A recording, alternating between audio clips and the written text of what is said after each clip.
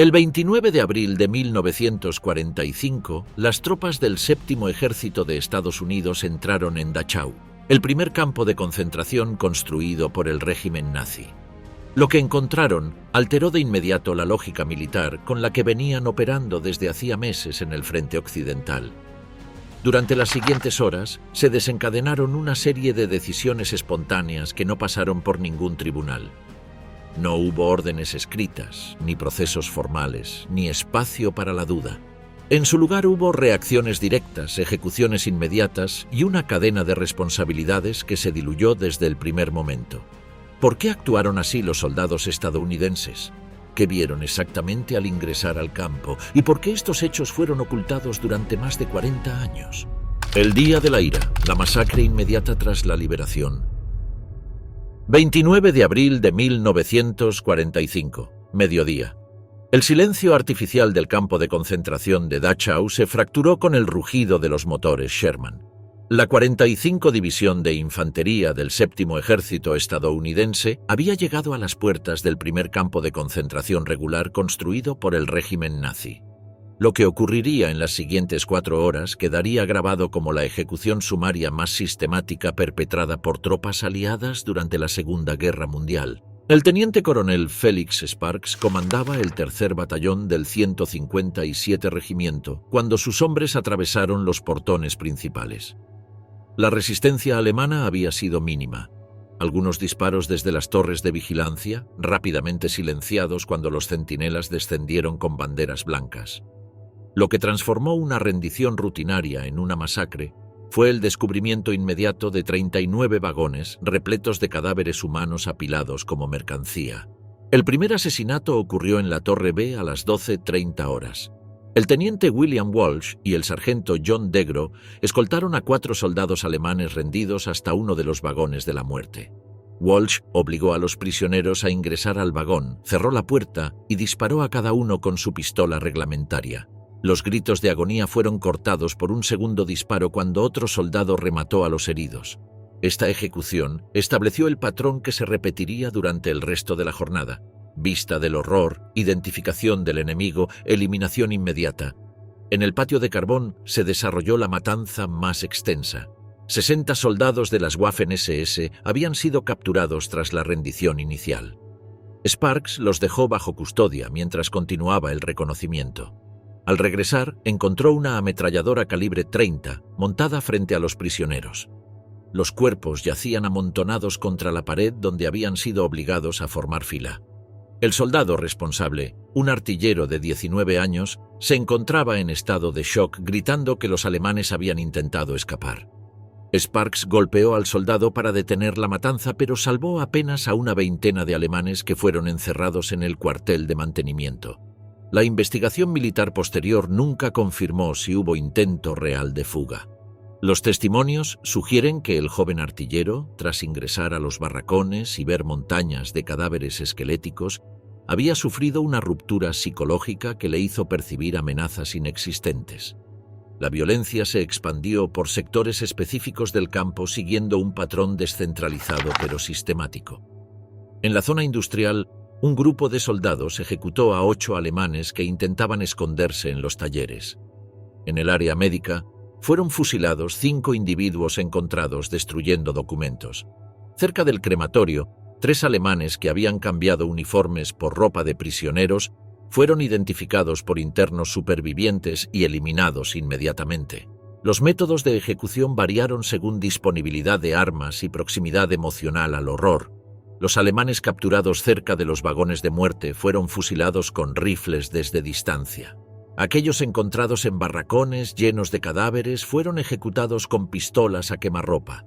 Los descubiertos junto a hornos crematorios fueron golpeados hasta la muerte con cascos y culatas, como si la violencia física directa fuera necesaria para procesar la magnitud del crimen presenciado.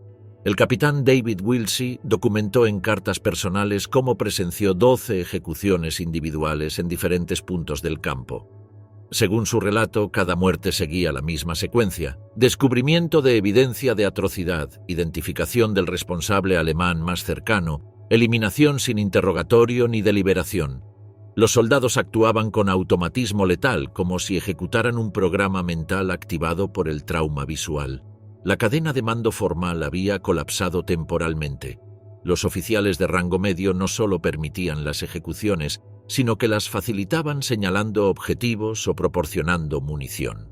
El teniente James Walsh distribuyó personalmente pistolas entre soldados que habían agotado su munición tras eliminar grupos de alemanes. El capitán Robert Marcus organizó patrullas específicas para localizar personal nazi escondido en sectores no registrados del campo. Una característica distintiva fue la ausencia total de procedimientos militares estándar. No hubo interrogatorios para determinar rangos o responsabilidades individuales, no se verificaron documentos de identificación, no se aplicaron protocolos de la Convención de Ginebra para prisioneros de guerra. La sola presencia de alemanes en el campo constituía evidencia suficiente de culpabilidad que ameritaba ejecución inmediata. El proceso se intensificó cuando soldados comenzaron a ingresar a barracones específicos. El barracón 32, destinado a experimentos médicos, contenía instrumental quirúrgico manchado de sangre y cadáveres con incisiones recientes. Los 2 alemanes encontrados allí fueron sometidos a los mismos procedimientos que evidenciaban en sus víctimas. Cortes sistemáticos sin anestesia hasta provocar la muerte por desangramiento. La duración total de esta primera oleada se extendió desde el mediodía hasta las 4 de la tarde. Durante este periodo, el control militar formal del campo permaneció en manos estadounidenses, pero operaba un sistema paralelo de justicia sumaria que funcionaba con criterios propios. Los soldados habían asumido simultáneamente roles de liberadores y verdugos, combinación que la guerra convencional rara vez había producido de manera tan directa. Al finalizar la jornada, entre 40 y 60 alemanes habían sido ejecutados por tropas estadounidenses. La cifra exacta permanece incierta debido a la destrucción deliberada de registros y la posterior voluntad institucional de minimizar el alcance de las represalias. Sin embargo, testimonios múltiples confirman que cada sector del campo había sido escenario de al menos una ejecución sumaria. La transformación psicológica de los soldados fue inmediata y permanente. Veteranos que habían mantenido profesionalismo durante combates intensos se convirtieron en ejecutores implacables al enfrentar evidencia directa del genocidio. La guerra había adquirido una dimensión moral que trascendía reglas militares convencionales, justificando métodos que en otros contextos habrían constituido crímenes de guerra.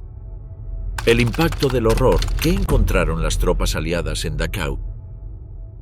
La mañana del 29 de abril, los soldados del Séptimo Ejército avanzaban con la confianza de veteranos curtidos en múltiples campañas.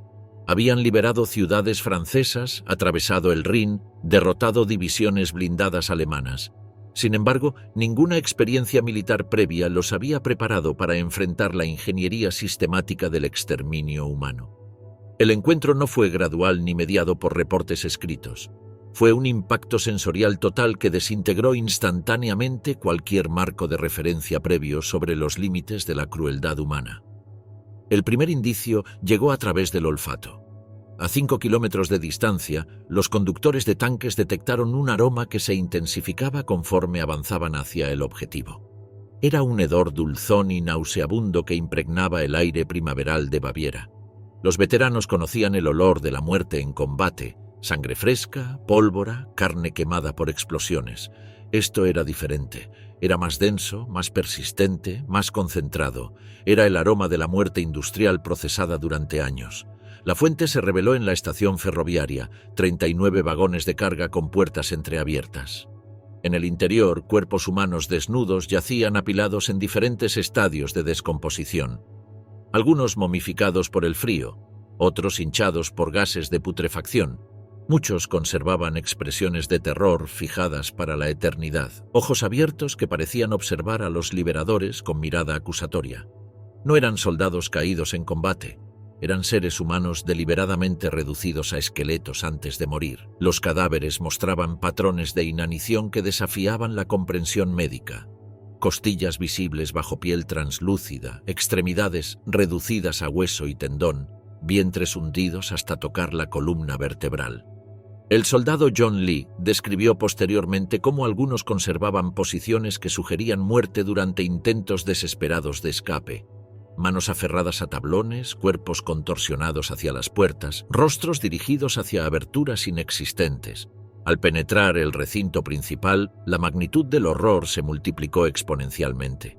Cadáveres adicionales yacían dispersos por pasillos entre barracones, algunos desnudos, otros cubiertos con harapos. Los cuerpos estaban donde habían caído sin que nadie se molestara en enterrarlos. La muerte había llegado tan masivamente en los días finales que el sistema de eliminación de evidencia había colapsado completamente. Los barracones revelaron la dimensión habitacional del genocidio. Espacios diseñados para 200 personas albergaban más de 1.600. Las literas de madera apiladas en 3 niveles carecían de cualquier elemento básico de supervivencia. Sin colchones, mantas o almohadas, los prisioneros habían dormido sobre tablones desnudos cuando conseguían dormir.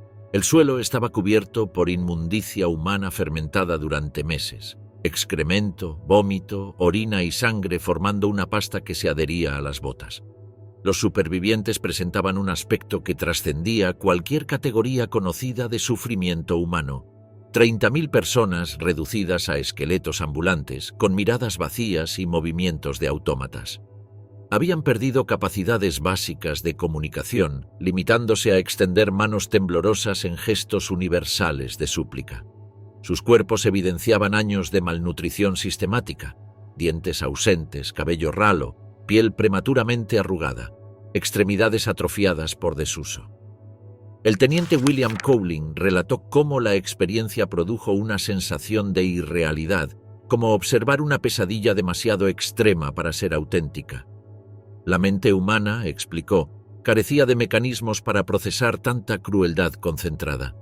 Era necesario crear distancia emocional para seguir funcionando, pero esa distancia frecuentemente se transformaba en furia dirigida hacia cualquier alemán disponible.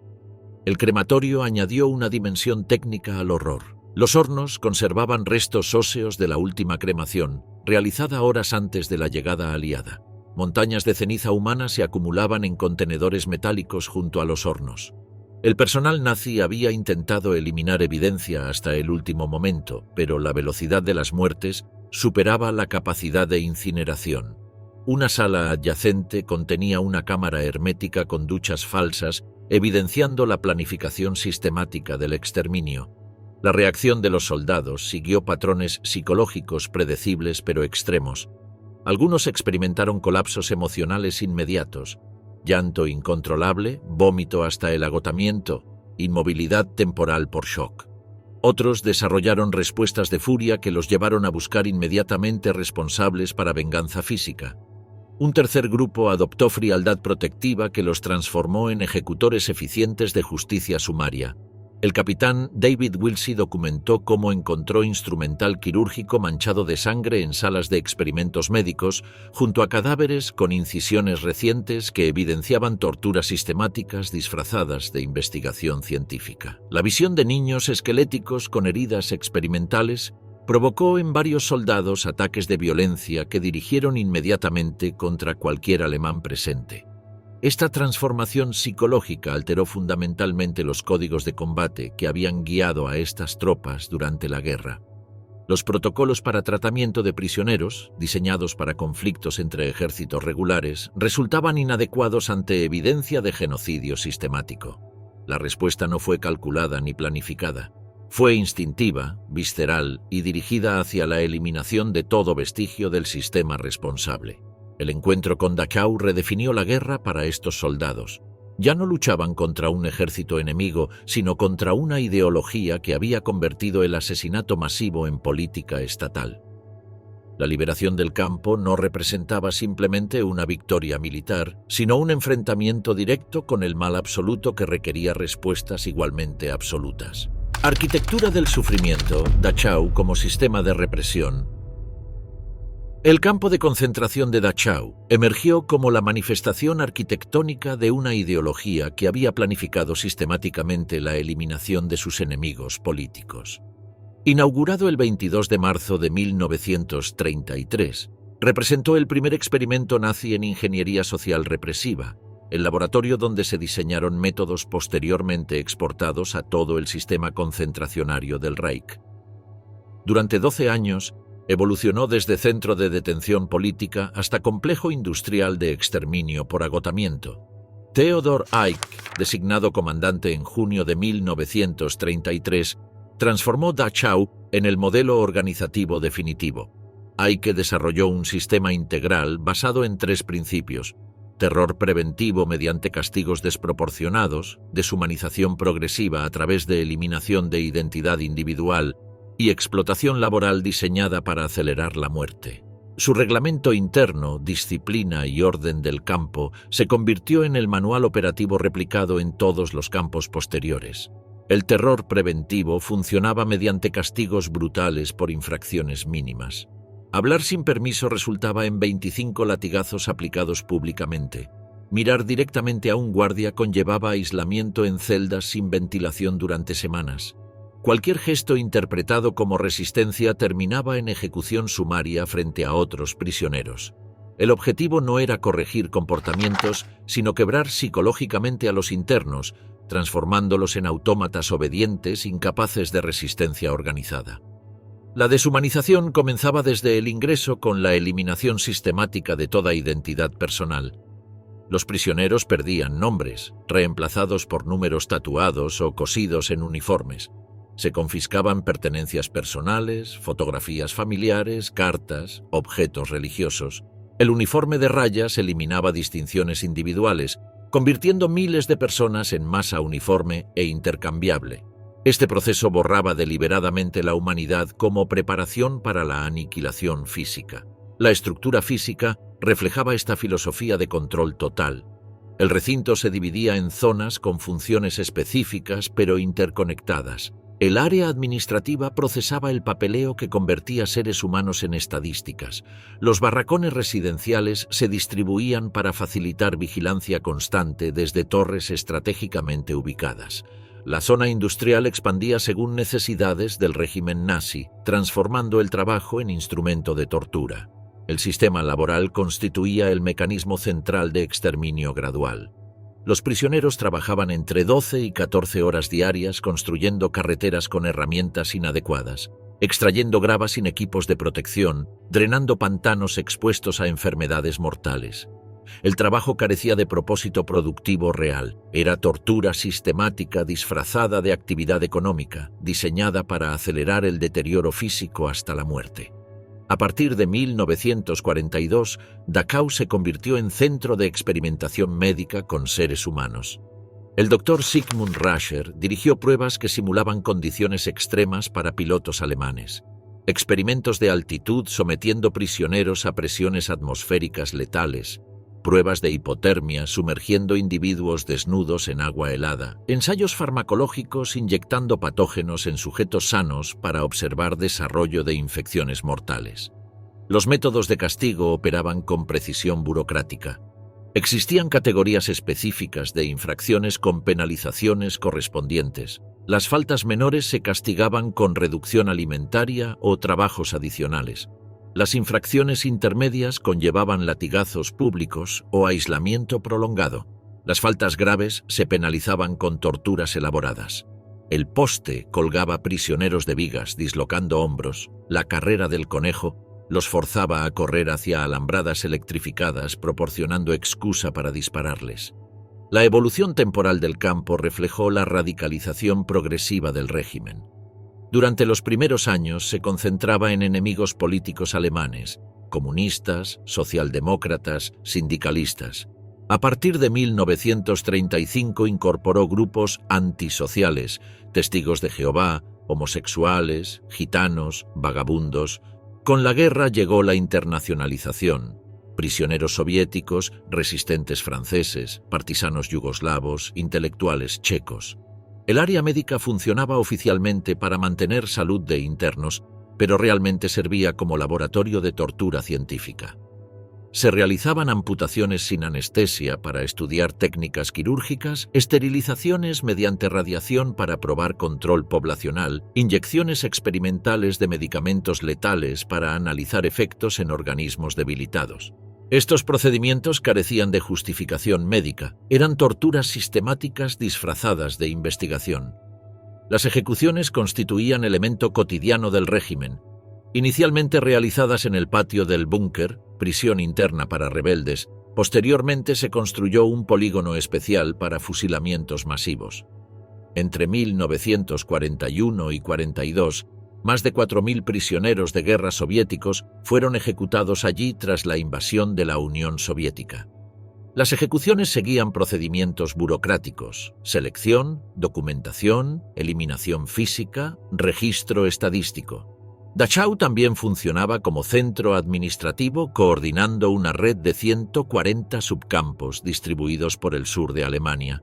Desde allí se organizaban traslados, selecciones para exterminio en otros centros y órdenes a campos subordinados. Su oficina central dirigía meticulosamente registros de ingresos, castigos, muertes y salidas, manteniendo archivos detallados que documentaban cada aspecto del proceso de exterminio sistemático. Cada uno de estos subcampos estaba vinculado a la producción bélica alemana. Allach, por ejemplo, era una fábrica de BMW donde los prisioneros trabajaban en la manufactura de motores aeronáuticos. En Mühldorf se construían túneles para armas secretas. La tasa de mortalidad en algunos de estos subcampos superaba el 40%, lo que convierte a la red dependiente de Dachau en un sistema autónomo de exterminio laboral. El diseño del campo principal seguía un trazado geométrico estrictamente racional. Un eje central conducía desde la entrada hasta el crematorio, atravesando zonas administrativas, barracones y áreas de castigo. Esta disposición no era casual. Estaba pensada para optimizar el movimiento de prisioneros bajo vigilancia constante. Las torres de guardia, alineadas a intervalos regulares, permitían cobertura visual sin puntos ciegos. En el archivo de planos originales del campo, conservado en el Instituto de Historia Contemporánea de Múnich, se observa cómo incluso las instalaciones sanitarias fueron diseñadas sin privacidad alguna: duchas colectivas, letrinas abiertas y pasillos sin puertas. Cada elemento buscaba reforzar la indefensión sistemática. La arquitectura de Dachau era, en sí misma, una herramienta de humillación. El colapso final comenzó en enero de 1945, cuando evacuaciones desde campos orientales saturaron la capacidad del recinto. Prisioneros llegaban en trenes sin calefacción tras días sin alimento ni agua. Muchos morían durante transporte. Los supervivientes arribaban en condiciones críticas que el sistema médico no podía atender.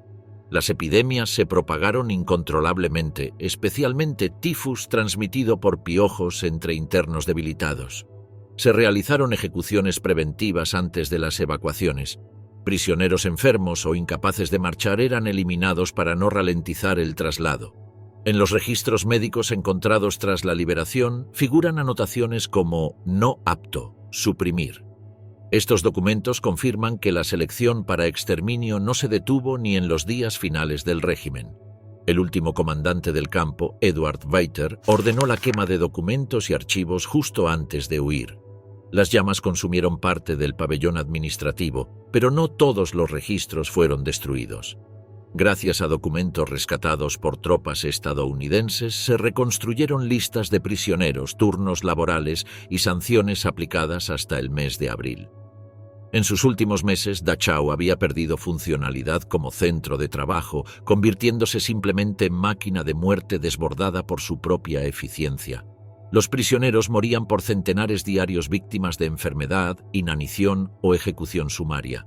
Los cadáveres se acumulaban más rápidamente de lo que podían ser cremados, creando focos adicionales de infección que aceleraban la desintegración total del sistema. Los verdugos entre nosotros, el intento de fuga de los SS. En las horas cruciales previas a la llegada estadounidense, una operación desesperada de supervivencia se desarrolló en los sectores menos vigilados de Dachau. Los miembros de las SS, conscientes de su destino inevitable, iniciaron una transformación que requería no solo cambiar uniformes, sino borrar años de autoridad ejercida mediante brutalidad sistemática. Esta metamorfosis enfrentó un obstáculo imprevisto: la memoria colectiva de miles de prisioneros que habían observado cada gesto de sus torturadores durante años de cautiverio. La planificación había comenzado semanas antes, cuando informes del avance aliado describían el destino de responsables en campos liberados. No habría tribunales ni procesos prolongados. La justicia sería inmediata y letal. Los métodos de camuflaje variaron según recursos disponibles: intercambio de uniformes con cadáveres de tamaño similar, sustracción de documentos de prisioneros muertos, modificación de apariencia física mediante cortes de cabello y ensuciamiento deliberado del rostro. El trueque de ropa constituía solo el primer paso. Los SS debían transformar comportamientos adquiridos durante años de ejercicio del poder absoluto. Tenían que aprender a caminar encorvados, evitar contacto visual directo, mostrar deferencia hacia autoridades. Décadas de entrenamiento militar en postura erecta y mirada firme debían ser reemplazadas por sumisión característica de las víctimas del sistema que habían administrado. Sin embargo, estos esfuerzos enfrentaron la precisión implacable de la memoria traumática. Los supervivientes conocían voces específicas, cicatrices particulares, tics nerviosos individuales, formas características de caminar. Recordaban quién dirigía selecciones para ejecución, quién distribuía raciones insuficientes como castigo, quién ordenaba torturas en el búnker. Cuando los soldados estadounidenses solicitaron ayuda para distinguir entre prisioneros genuinos y personal nazi disfrazado, la respuesta fue inmediata y letal. El primer descubrimiento involucró a un hombre que intentaba pasar por prisionero político alemán. Su postura demasiado erguida y manos excesivamente limpias despertaron sospechas iniciales. Cuando internos lo examinaron, varios lo identificaron como el SS Unterscharführer responsable de distribución alimentaria, conocido por reducir deliberadamente raciones como castigo colectivo. Su ejecución fue inmediata, golpeado hasta la muerte con herramientas que los prisioneros habían escondido para este momento. Otro caso involucró a un individuo con documentos de identificación de un prisionero checo fallecido. Su incapacidad para responder en checo lo delató instantáneamente. Los supervivientes checos confirmaron conocer al verdadero portador de esa identificación, muerto semanas antes de tuberculosis. El impostor fue identificado como guardia supervisor de ejecuciones en el patio del búnker, responsable de al menos 50 muertes documentadas por testigos múltiples. Los métodos de verificación desarrollados espontáneamente revelaron comprensión profunda de las técnicas de camuflaje. Los prisioneros examinaban manos buscando callos del trabajo manual, revisaban estado dental deteriorado por malnutrición, observaban reacciones instintivas ante órdenes en alemán. Los verdaderos internos habían desarrollado respuestas automáticas de sumisión que los impostores no podían replicar convincentemente. Los soldados estadounidenses comprobaron rápidamente la efectividad de estas identificaciones. En varios casos confrontaron acusados con evidencia específica, fechas exactas de castigos, nombres de víctimas particulares, descripciones de métodos de tortura individualizados. La precisión era demasiado detallada para ser inventada, convenciendo a los liberadores de proceder con ejecuciones sumarias basadas exclusivamente en testimonios de supervivientes. Una técnica adicional empleada por los prisioneros fue replicar rutinas diarias del campo. Se ordenaba a los sospechosos formar filas o responder a comandos en alemán. La forma en que obedecían las instrucciones revelaba su entrenamiento previo. Varios infiltrados fueron descubiertos por adoptar posturas rígidas o ubicarse en posiciones reservadas al personal de mando. Algunos SS intentaron escape completo utilizando túneles de drenaje, aberturas en alambradas o caminando hacia bosques durante la confusión final. Muchos fueron capturados por patrullas estadounidenses o entregados por civiles alemanes que temían represalias por ocultar criminales de guerra. En la estación de tren de Dachau, 4 individuos vestidos como ferroviarios fueron arrestados cuando no pudieron explicar su presencia. Uno de ellos había trabajado como supervisor de transportes de prisioneros desde Buchenwald. En paralelo, los internos sellaron salidas secundarias del campo y bloquearon accesos ocultos con materiales improvisados. Esto impidió la huida de al menos 8 miembros de las SS que intentaban escapar en ropa civil por el área del crematorio. También hubo intentos de disfrazarse como personal médico o pacientes. En las salas de cirugía, los soldados aliados descubrieron a 2 oficiales de las SS haciéndose pasar por camilleros. Uno fue identificado por una enfermera checa por una cicatriz en el cuello y ejecutado poco después. En otro caso, un oficial fue descubierto en la cocina del campo con una bata blanca robada y un triángulo cosido falsamente en su uniforme. Los prisioneros organizados crearon patrullas sistemáticas revisando cada barracón en busca de infiltrados. Estos grupos sabían distinguir no solo a los SS regulares, sino también a capos, colaboradores y prisioneros que habían participado voluntariamente en la represión. En cada sector del campo se establecieron puntos de control donde los internos debían identificarse, mostrar las palmas de las manos y responder preguntas sobre su rutina. El proceso de identificación se basaba en detalles aparentemente insignificantes pero reveladores. La forma de sostener utensilios de comida, reacciones involuntarias ante sonidos específicos, conocimiento excesivo sobre rutinas internas del campo.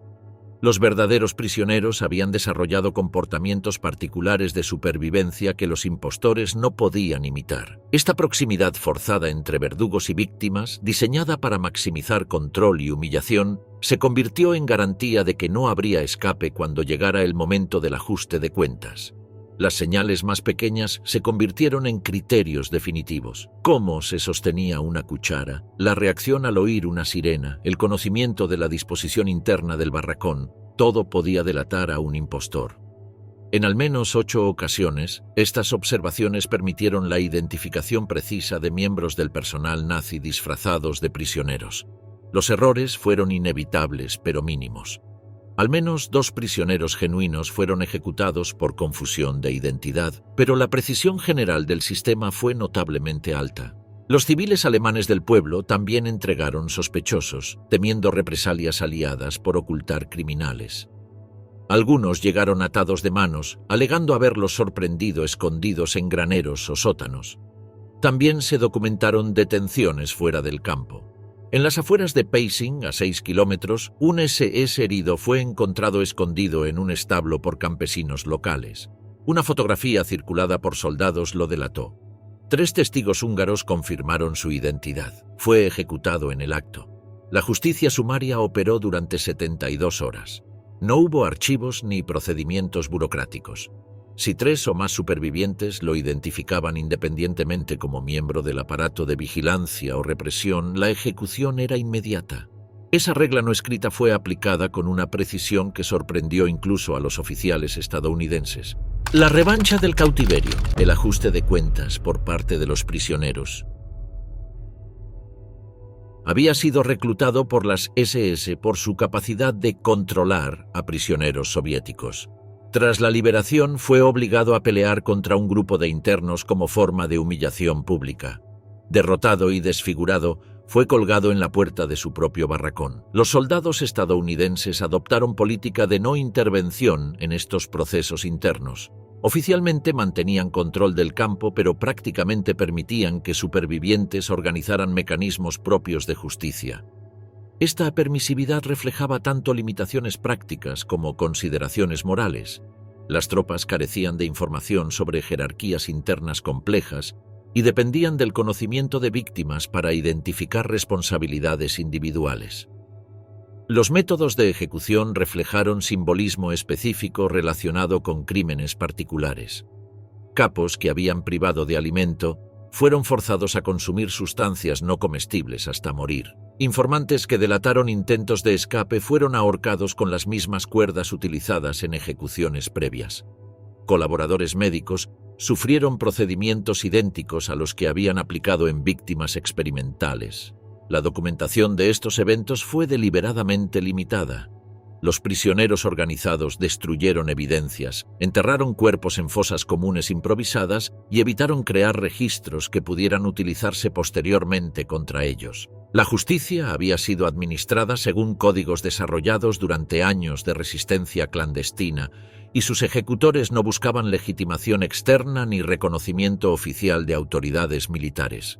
En total, se estima que los prisioneros realizaron entre 20 y 25 ejecuciones por día durante las primeras 3 jornadas posteriores a la liberación. En algunos casos, los cadáveres fueron trasladados discretamente a zonas boscosas cercanas al perímetro del campo. Allí se cavaron fosas colectivas que aún hoy no han sido plenamente documentadas. Los incidentes también incluyeron represalias internas entre nacionalidades. Algunas tensiones reprimidas entre grupos étnicos afloraron brevemente durante el vacío de poder. En una ocasión, un grupo de internos yugoslavos atacó a 3 prisioneros lituanos acusados de colaborar con la administración nazi. Solo uno sobrevivió. El proceso completo se extendió durante 72 horas, resultando en la eliminación de entre 40 y 60 colaboradores identificados por testimonios múltiples.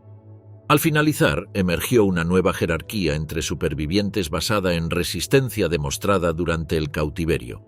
Quienes habían mantenido solidaridad bajo presión extrema asumieron liderazgo natural en la organización de la vida post-cautiverio, mientras que aquellos que sobrevivieron mediante complicidad habían sido eliminados o marginalizados definitivamente. Esta purga interna reveló dimensiones del sistema concentracionario ausentes en narrativas oficiales de liberación. Dachau no había sido simplemente un lugar donde alemanes torturaban extranjeros, sino un ecosistema complejo donde las víctimas también desarrollaron mecanismos de colaboración y resistencia. La liberación proporcionó oportunidad de ajustar cuentas no solo con verdugos oficiales, sino con aquellos que facilitaron su propia supervivencia a costa de compañeros de cautiverio. Dachau, después del ajuste final, el campo convertido en tribunal de guerra. Tras la masacre inicial y la estabilización del recinto por parte del ejército estadounidense, Dachau no fue desmantelado ni clausurado. En cambio, el antiguo campo de concentración fue reutilizado como base operativa para funciones militares y judiciales. Durante 3 años se convirtió en el principal centro de procesamiento legal para crímenes nazis cometidos en campos de concentración, particularmente aquellos que no fueron abordados por el Tribunal de Nuremberg. Desde mayo de 1945, las autoridades militares estadounidenses utilizaron Dachau como centro de internamiento para personal nazi capturado. Exmiembros de las SS, médicos de campos, administrativos, capos, civiles sospechosos de colaboración y guardias de baja graduación fueron encerrados en los mismos barracones donde semanas antes habían sido ejecutores. Las celdas del búnker fueron reutilizadas sin modificaciones estructurales para aislar a acusados de mayor relevancia. Los barracones restantes fueron reacondicionados para albergar a cientos de detenidos en espera de juicio. Bajo la jurisdicción del Tercer Ejército, se organizaron los llamados Juicios de Dachau, un conjunto de procedimientos judiciales iniciados en noviembre de 1945 y que continuaron hasta agosto de 1948. En total, se llevaron a cabo más de 460 procesos que involucraron a aproximadamente 1.672 acusados. Los tribunales operaban bajo la autoridad de la ley militar aliada y seguían una estructura estandarizada: acusación, presentación de pruebas documentales, testigos presenciales, veredicto y ejecución de la sentencia. La apelación no era habitual y las condenas eran aplicadas con rapidez. El primer juicio relevante fue contra el personal del campo de Mauthausen, en el que 61 acusados enfrentaron cargos por crímenes contra la humanidad. 49 fueron condenados a muerte. Le siguieron procesos similares contra personal de Buchenwald, Flossenburg y Dora Mittelbau. Todos estos juicios se celebraron dentro del perímetro de Dachau, utilizando una sala adaptada en el antiguo edificio administrativo del campo. La proximidad geográfica a los crímenes fue considerada una ventaja logística y simbólica por parte de las autoridades aliadas. Las sentencias de muerte se ejecutaban en el terreno adyacente a la antigua zona de crematorios. Allí se instaló una horca portátil con capacidad para ejecuciones múltiples. Los condenados eran transportados en grupos reducidos desde los barracones hasta el lugar designado. Según registros militares, al menos 324 personas fueron ejecutadas por ahorcamiento entre 1946 y 1948. Las ejecuciones se realizaban sin presencia de prensa, público civil ni observadores externos. Se permitía únicamente la presencia de personal militar relevante y un médico. En paralelo a los juicios, Dachau fue utilizado como centro de interrogatorio para miembros clave del régimen nazi. La sección G2 del Departamento de Inteligencia Militar estableció oficinas dentro del campo, desde donde se coordinaron entrevistas, análisis de documentos y recolección de información sobre estructuras operativas de la SS, ubicación de científicos útiles y redes clandestinas aún activas. Parte del personal de bajo rango fue liberado o cooptado como informante a cambio de inmunidad parcial, especialmente aquellos con conocimientos técnicos o logísticos. Esta reapropiación del campo contrastaba con su representación simbólica en la narrativa pública.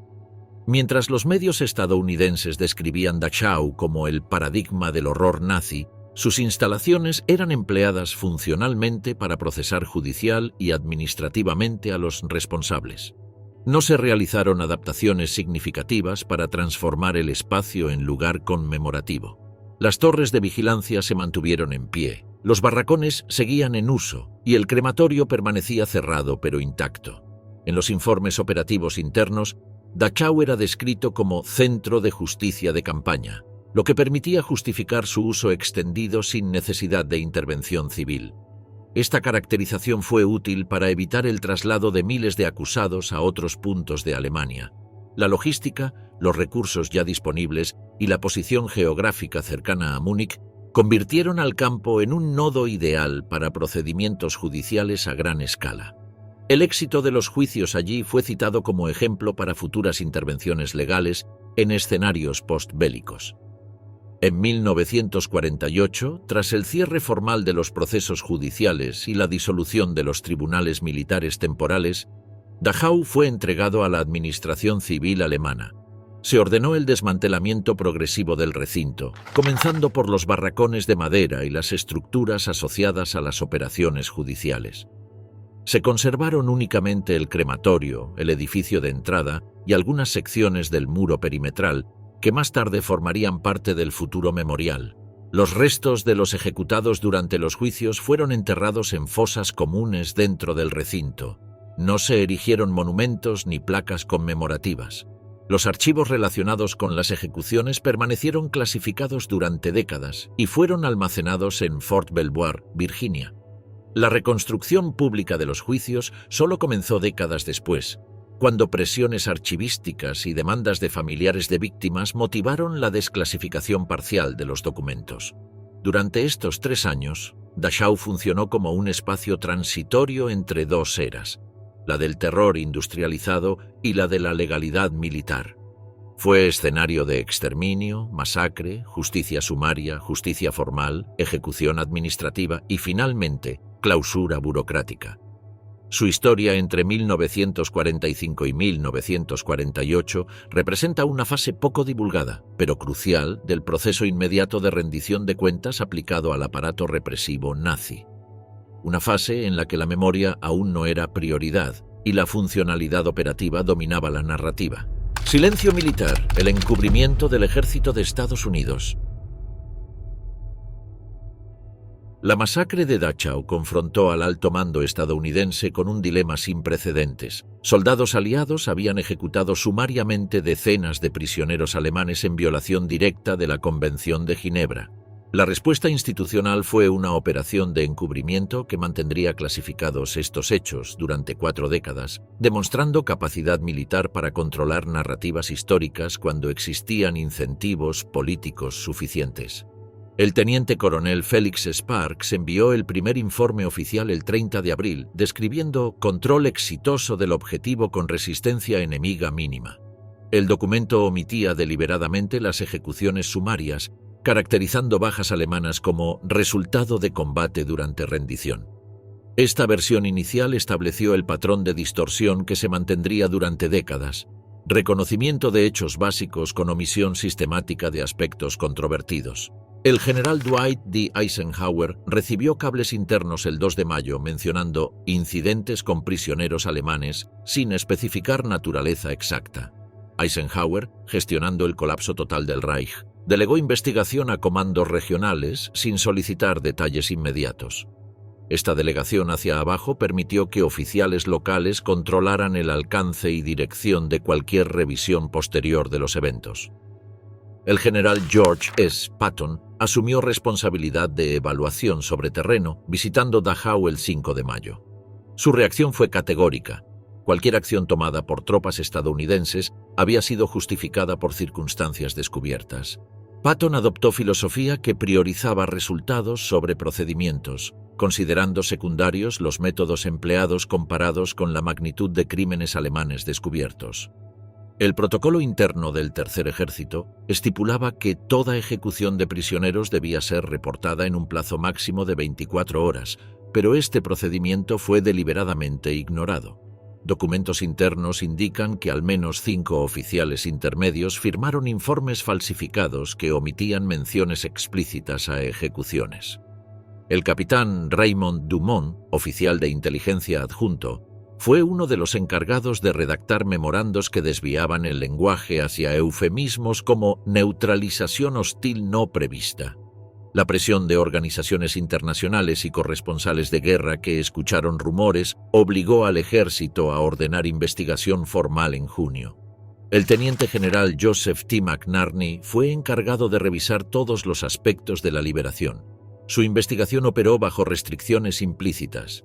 No entrevistó soldados rasos testigos directos, no buscó testimonio de supervivientes que presenciaron eventos, no intentó cuantificar precisamente alemanes ejecutados.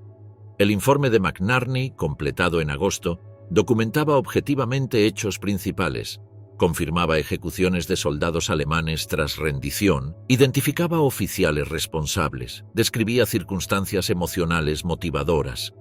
Concluía inequívocamente que se habían violado reglas de guerra establecidas por tratados internacionales. Sin embargo, recomendaba no procesar judicialmente a personal estadounidense, argumentando que circunstancias excepcionales justificaban acciones tomadas.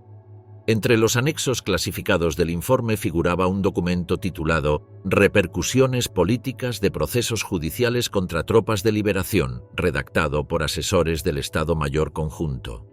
En él se advertía que la apertura de juicios por ejecuciones en Dachau podía tener efectos devastadores sobre la percepción internacional de los Estados Unidos como fuerza civilizadora en Europa.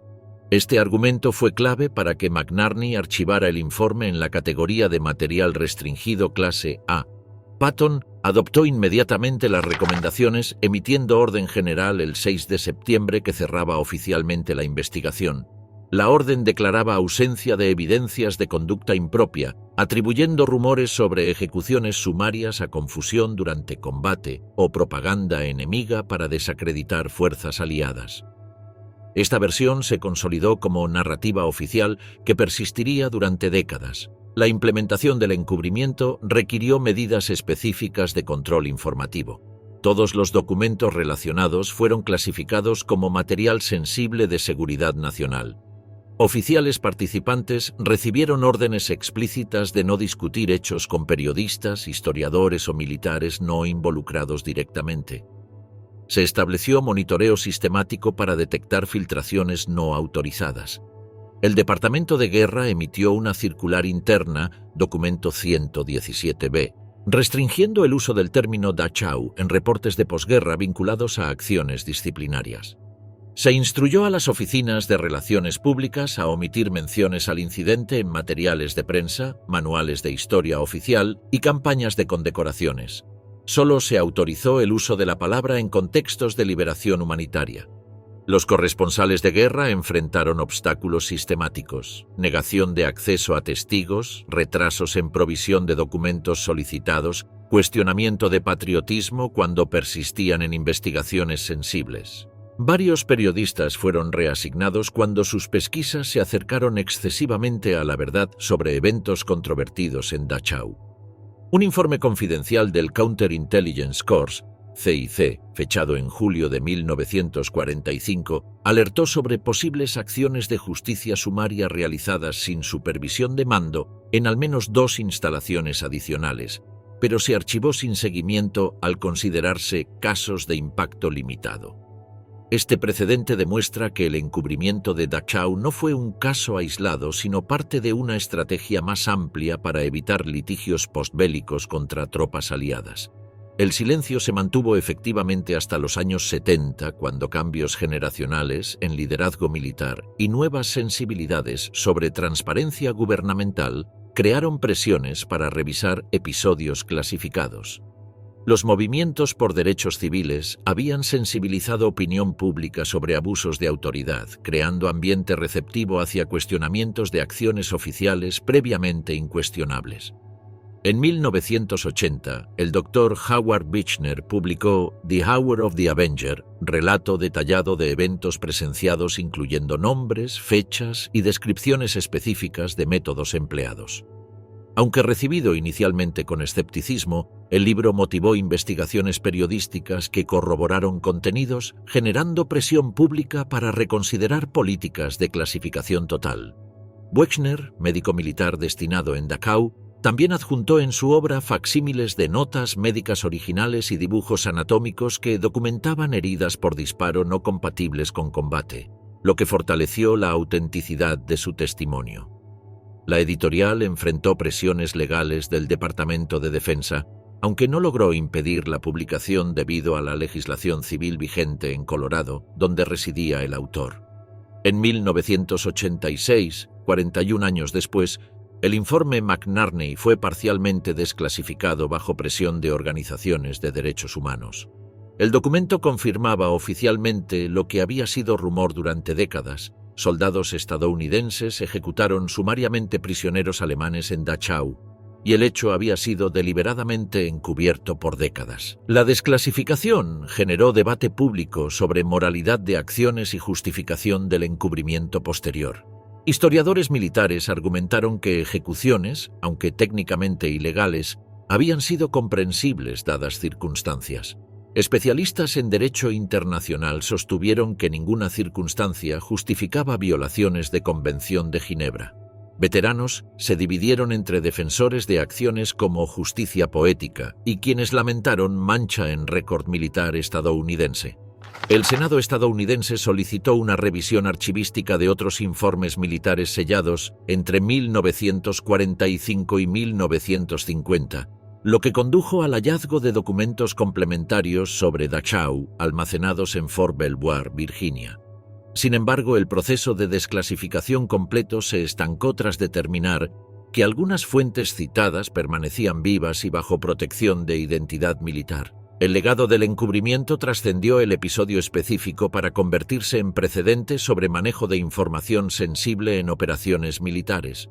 Demostró capacidad institucional para mantener secretos durante periodos prolongados cuando existían incentivos políticos suficientes, pero también reveló limitaciones de tales operaciones cuando cambian contextos políticos y generacionales.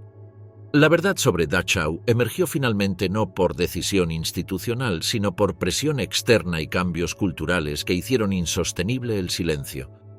El encubrimiento había protegido imagen de fuerzas estadounidenses durante periodo crítico de establecimiento del orden posbélico, pero no pudo eliminar permanentemente evidencias de que incluso los liberadores habían sido temporalmente corrompidos por brutalidad del sistema que destruían.